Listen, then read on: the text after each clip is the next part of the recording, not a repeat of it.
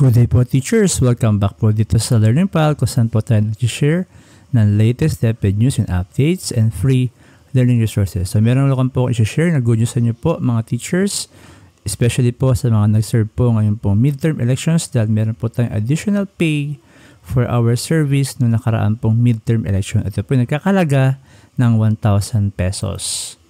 According po sa Inquirer.net, an additional 1,000 compensation for teachers and poll workers who did essential election duties during the 2025 national and local elections has been approved by Malacanang.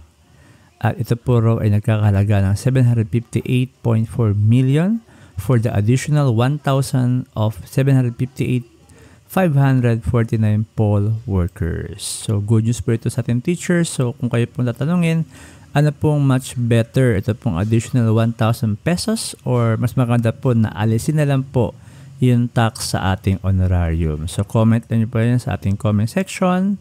And don't forget po to subscribe and hit the notification bell para updated po tayo kung meron pong mga latest news sa DepEd. Yun lang po at maraming salamat!